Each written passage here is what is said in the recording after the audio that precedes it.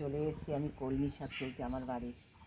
দেখতে পাচ্ছ এই যে সুন্দর কলমি শাক হয়েছে আমার, এই যে যতটা হয়েছে আমার হয়ে যাবে। এখানে হেলেঞ্চা শাকও রয়েছে, তোমাদের সঙ্গে শেয়ার করেছি, তোমরা অনেক ভালোবাসা দিয়েছো। আজকে তুলবো, দেখো এখান দিয়ে, এই যে বাগান দিয়ে এই যে কলমি শাক হয়েছে, দেখো কত সুন্দর হয়েছে আমার বাগানে। এই কলমি শাক তুলে নিয়ে যাই, তোমরা সঙ্গে থাকো। একদম কচি কচি ডগা দেখে সব তুলে নিয়ে যাব, তোমরা সঙ্গে থাকো। যে অবধি কচি আছে সেই অবধি আমি তুলে নেব, আর কিছুটা পাতা তুলে নেব। বন্ধুরা সঙ্গে থেকে অবশ্যই দেখো, দারুণ একটা রেসিপি হতে চলেছে কলমি শাকের, দারুণ।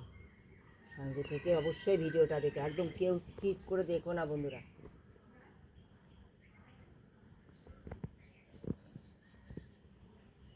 শাকটা আমি মিহি করে কুচিয়ে নিচ্ছি, যেহেতু আমি এই ডাঁটিগুলো নিয়েছি। তোমরা ডাঁটিগুলো খাও না, না ডাঁটিতে অনেক উপকার বন্ধুরা, ফেলে দিও না।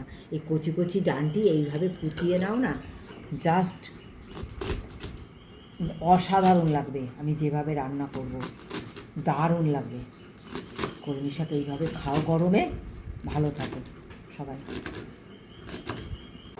দেখো বন্ধুরা, কড়াই চাপিয়ে দিয়েছি, এদিকে সমস্ত কিছু গুছিয়ে নিয়েছি।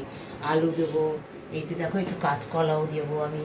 তোমরা তো কাঁচকলা দিয়ে খাওনি কোনোদিনও, কিন্তু একটু কাঁচকলা এই শাকের মধ্যে কাঁচকলা দিয়ে খেয়ে দেখো। এই যে কাঁচকলা দিয়েছি, বেগুন দিয়েছি, সব কিছু কেটে নিয়েছি, হ্যাঁ আলু, হ্যাঁ এই শাক সব কিছু কেটে নিয়েছি, পেঁয়াজ রসুন, সামান্য তেল দেবো।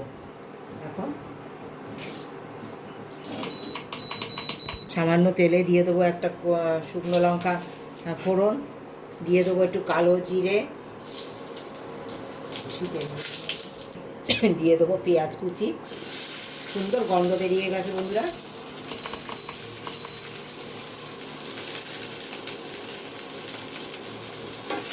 অনেক রকম খেয়েছো, কিন্তু আমার মতো করে একবার খেয়ে দেখো, খুব ভালো লাগবে। পেঁয়াজটা খুব বেশি ভাজবো না বন্ধুরা। এই অবস্থায় লবণটা দিয়ে দেবো পরিমাণ মতো, পেঁয়াজটা তাড়াতাড়ি নরম হওয়ার জন্য।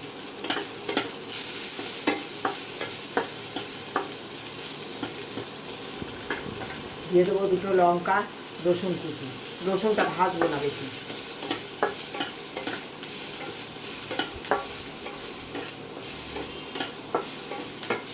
এই অবস্থায় দিয়ে দেবো বন্ধুরা এই যে আলু কেটে নিয়েছি, আলুটা দিয়ে দেবো।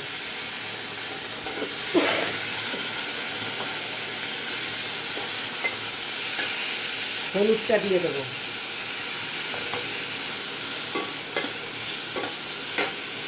কাঁচকলা বেগুন সব কেটে ধুয়ে নিয়েছি, এগুলো দিয়ে দেবো।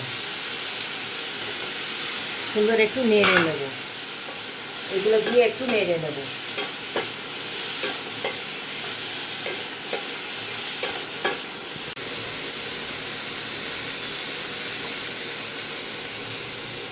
এবার শাকগুলো দিয়ে দেবো। সব সিদ্ধ হওয়ার জন্য 2 মিনিটের জন্য ঢেকে জাল দিয়ে নেব। সব কিছু নাড়িয়ে নিলাম, দিয়ে 2 মিনিটের লাস্টে কী দেবো সঙ্গে থেকে ভিডিওটা দেখতে হবে, সুস্বাদু কীভাবে করবো ওটা। ঢেকে দেবো বন্ধুরা।